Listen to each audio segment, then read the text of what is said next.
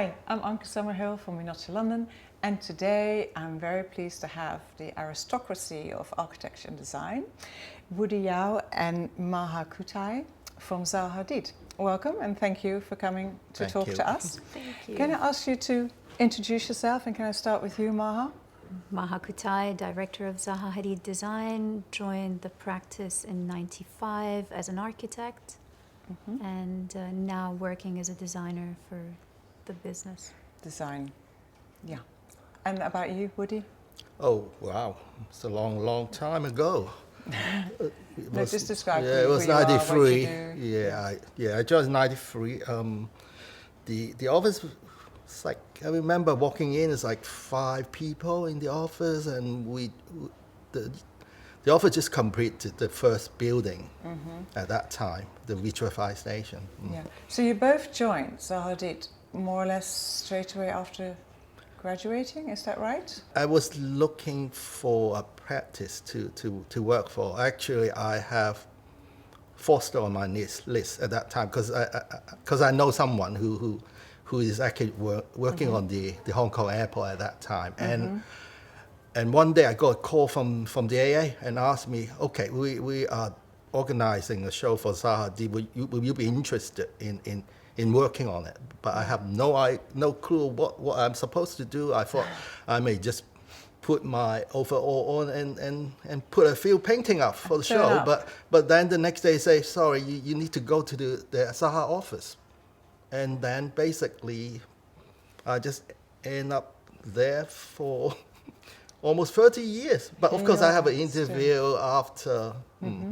How about you, Maha? How did that happen? Was it luck or determination? Actually, it was the first book of architecture that I bought was the GA book on Zaha, and I was amazed by the drawings and the paintings that she had in that book, and from then on it was my inspiration, you would say. And lucky enough, was at Columbia, met Zaha there, and somehow it ended up with an interview in London.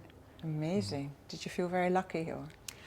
I mean, yes, looking at it now, I've got children and I see how they're suffering, getting jobs and going through interview processes, and So Zaha was obviously an all-round designer, not just an architect. So how did it come about with the Zaha Hadid Design Studio? Why suddenly a separate company?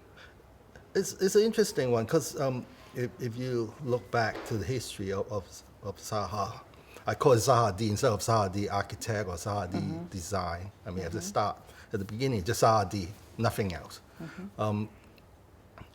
If you look at her, even her first project, you see actually the interior is always there. It's always about the overall. There's not a separation between the Zaha Hadid Design interior or product, but what her mindset is inside outside is one complete language. Yeah. So it's always within the beliefs she have right from day one. And of course Vitra, if you look at Vitra, you can't distinguish what is interior or the exterior. Yeah, they come together. Okay, so do you feel, obviously Zaha's no longer with us, do you feel she gave you a really good base to carry on her legacy? I would hope so. I mean, we've spent years together and watching her and see her creatively and involved in her creative process. So yeah. So when did you guys know that you liked design? I mean, did you, from a young age, did you always like beautiful things or like good design, or is it going to university and figuring out what it is you wanted to do?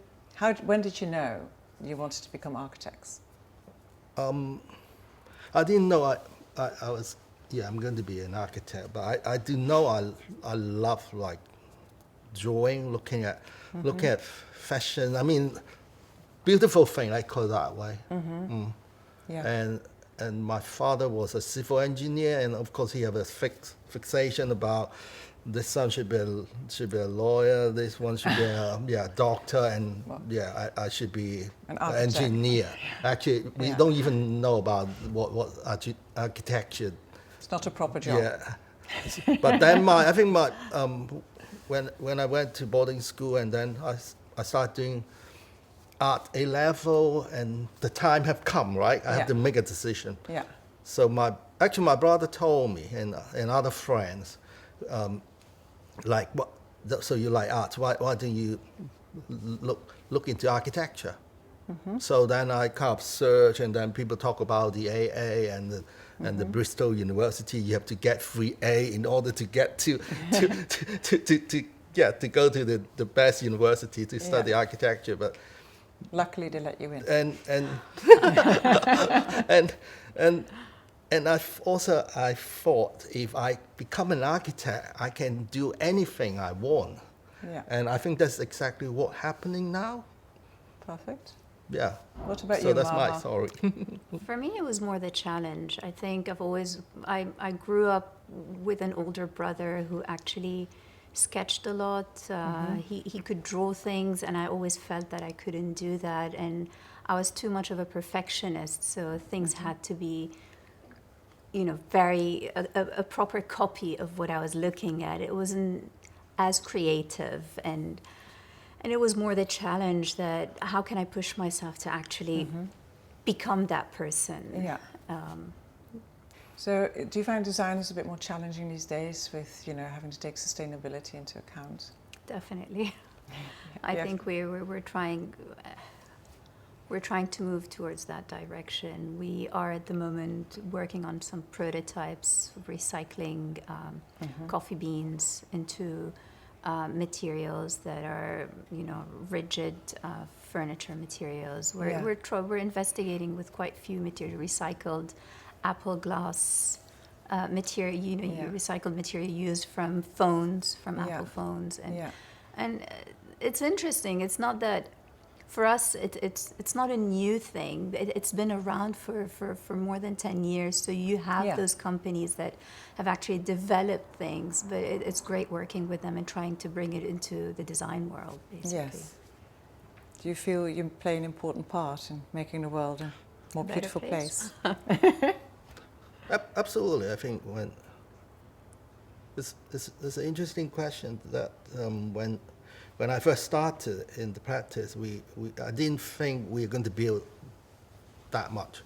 It's not just about architecture and all the product design and stuff, but I think I realized whatever we touch, actually people are watching. I think we're lucky that we are with Zaha, because people are always watching the space and knowing what is next.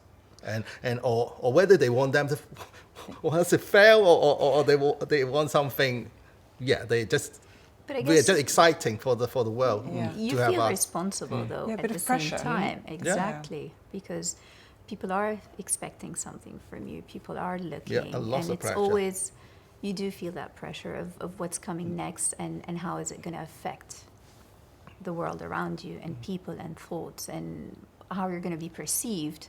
But that shouldn't stop you from actually doing what you believe is the right thing. Exactly. So, Maha, is there a favorite design that you've either bought in the past or that you would like to buy in the future? I would say, just by impulse, the first piece of furniture that I bought myself in my apartment in New York was an LC4 of Le Corbusier, the chaise longue. Oh, and for me, literally, it was... The whole apartment had that chair and a mattress. That's all you had. Exactly. You had to sleep on it, eat on it. Yeah. And you still have it? I don't, unfortunately. When I moved back here, it stays behind. You could not bring it with you. Yeah. Okay. Have you found a new favorite piece I'm in your home? working on that at the moment. Okay. In the process. Yeah. I'm really excited because we're going to have some of the Zaha Hadid accessories in our showroom, right? Yeah. Okay, tell me at least what you think would fit in really good here, what you really love of that collection that would go well with our look. Or maybe not go with our look and make it look different. add I something? think I was thinking of this today coming into the showroom, walking through it, and your pieces are quite, I mean, they're strong and they're imposing and quite volumetric, and I think we would need to look at the larger items within the collection. Whether it's the chess set or our node vases that are made out of acrylic, or we've got a few crystal pieces. Glass? Yes, again.